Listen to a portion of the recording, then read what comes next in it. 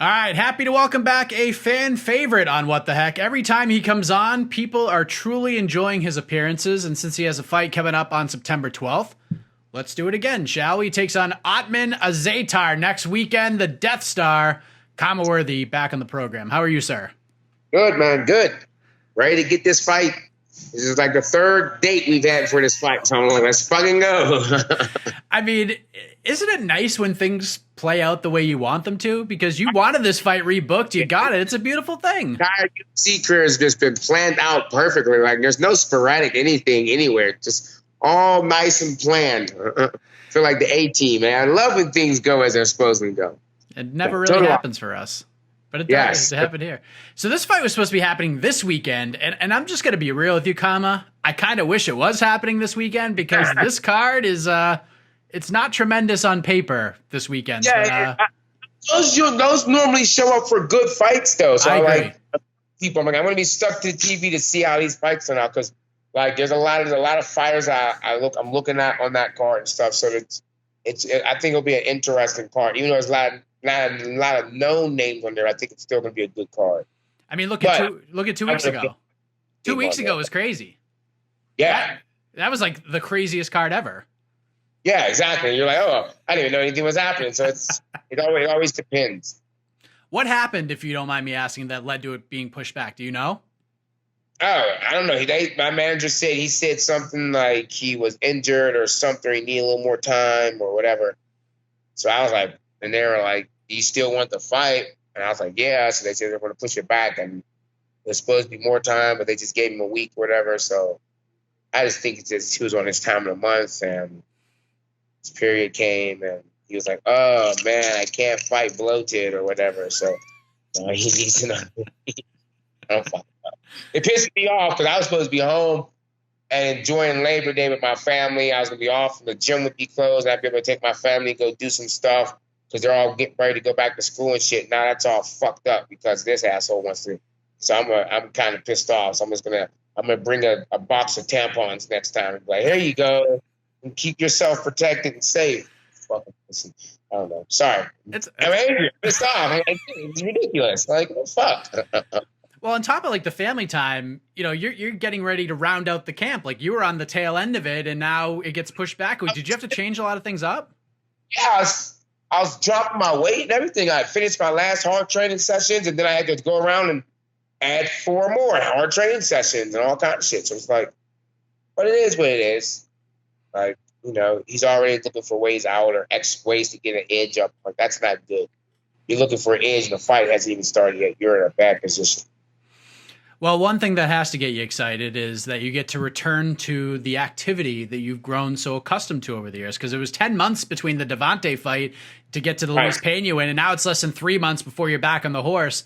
This is much more the Khama Worthy style of fighting, is it not? Yeah, like it's crazy because like I just had my 1-year anniversary for the UFC, and I'm like, oh, so this will be about 3 fights in a year. I'm like, that's really all you really want to do. Even on the local scene, I never really did more than 3 fights in a year-long period, like a year, actual year, because that's rough on your body. So like, because it just took so long from the Devontae fight, like it seemed like it was a little bit drawn out. But yeah, I like to stay a little bit busy. If I'm not fighting, then what am I doing wasting time?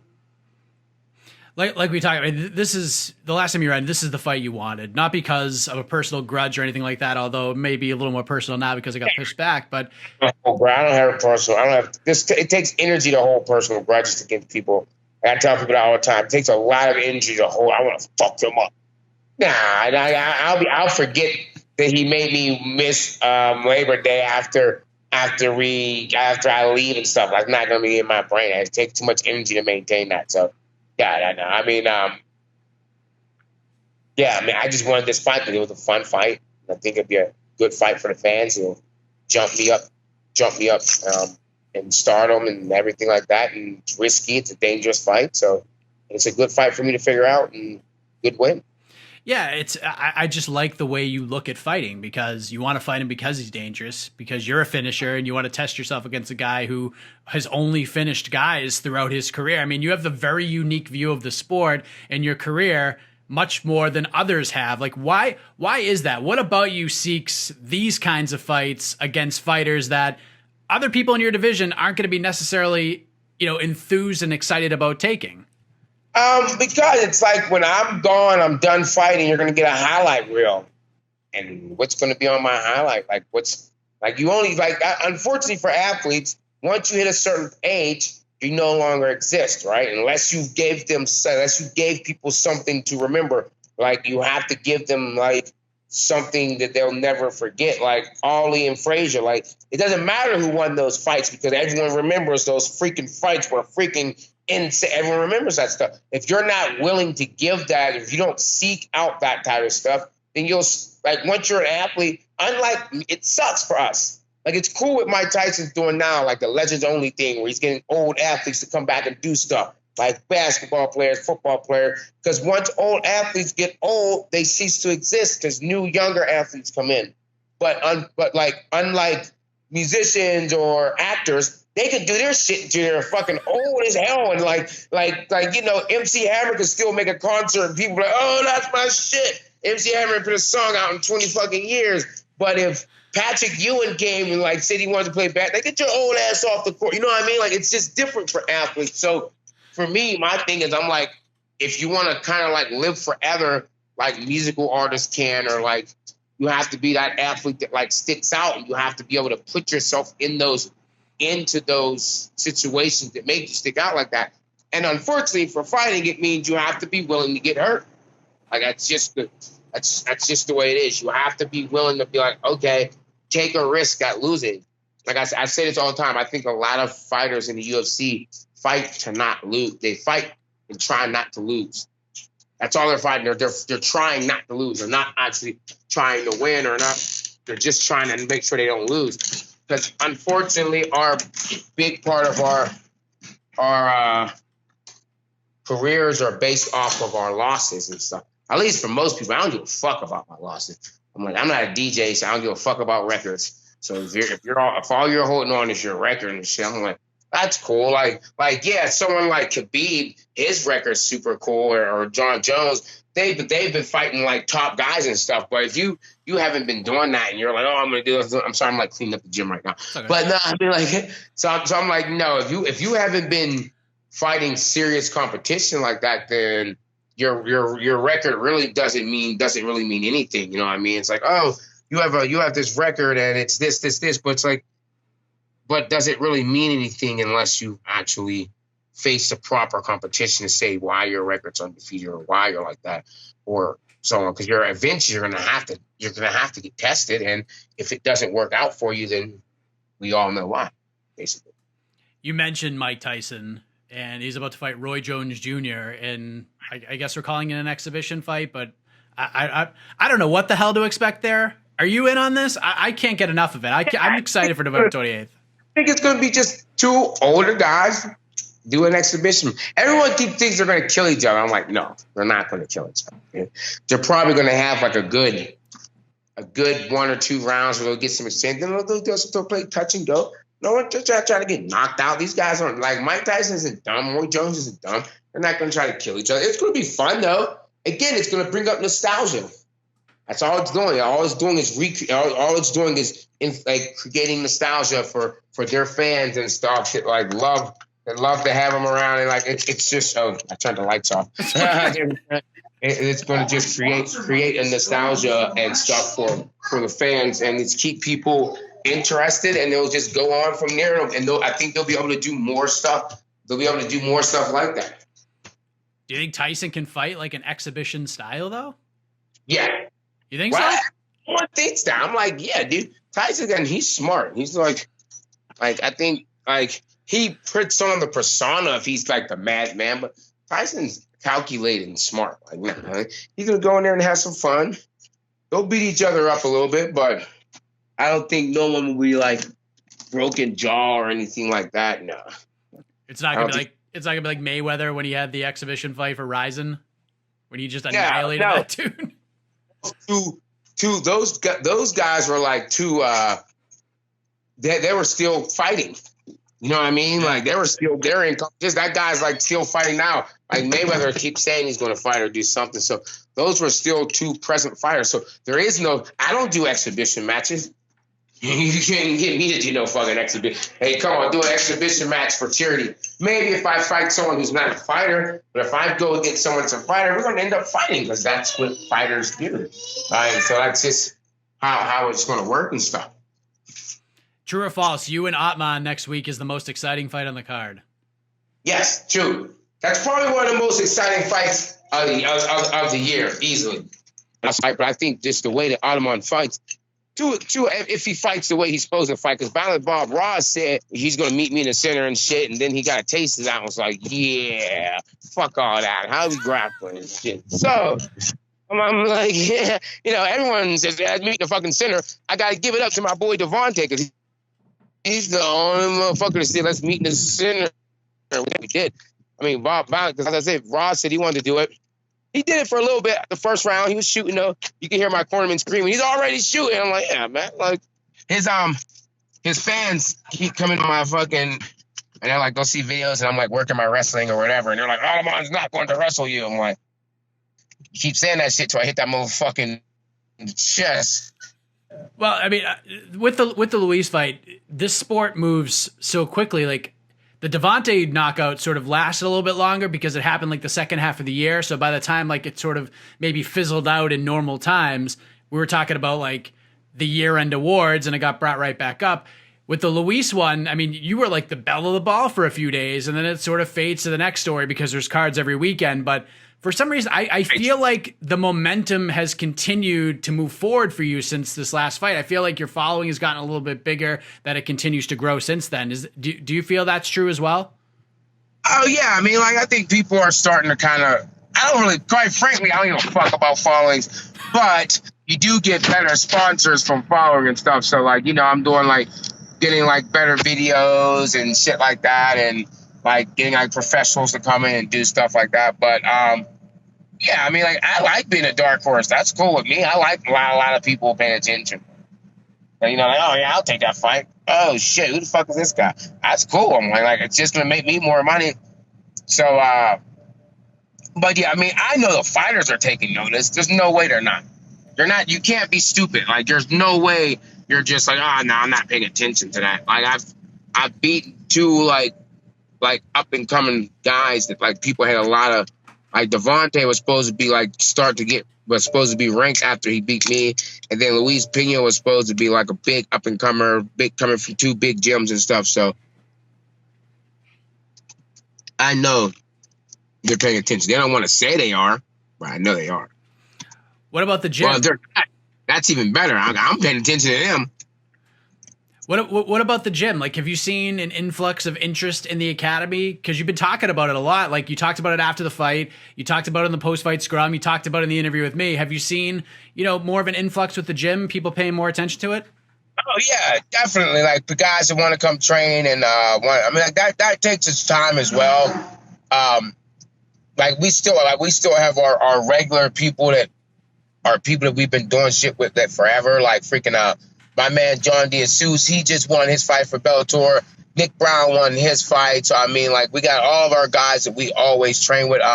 One of my main training partners, Chris Dempsey, he just went down on like 5-day notice and went down to Florida and did like this King of the Mat tournament with 7 black belts, 18 man, won the fucking tournament. He's one of my main training partners and stuff. So we're still being active and we're still doing what we're supposed to do. But people are slowly but surely, I think the world will start to you'll start to get guys that come and try to do camps in Pittsburgh. I'm thinking about two more fights from me.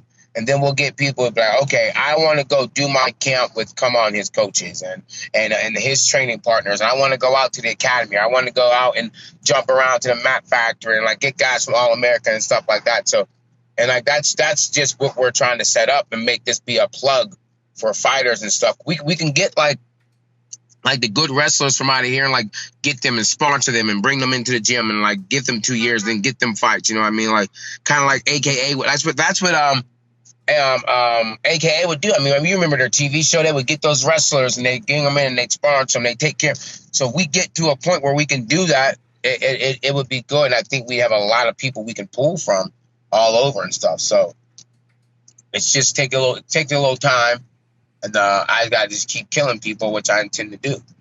Your brother was supposed to fight for Bellator not too long ago, right? Against Mike Kimball. That would have been a damn good opportunity for him. He was supposed to fight on the same same card as John, and dude backed out, or he said he was injured or whatever. So, no, he's staying active.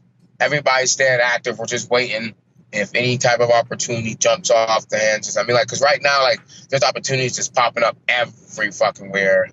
Like, they're everywhere. So if you're willing, if you're in shape and you're ready to go, we always, like, John fought a week ago. He was back in sparring last night because you never know when an opportunity is going to pop up. So we stay in shape. We don't get fat. We don't get out of shape.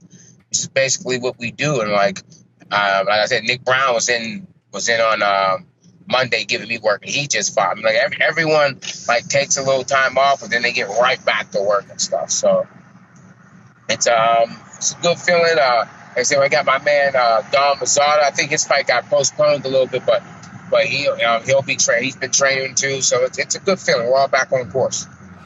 How do you see this all going down with Ottman next weekend? I love this fight. It has fireworks written all over it. How do we get this thing done? Finished.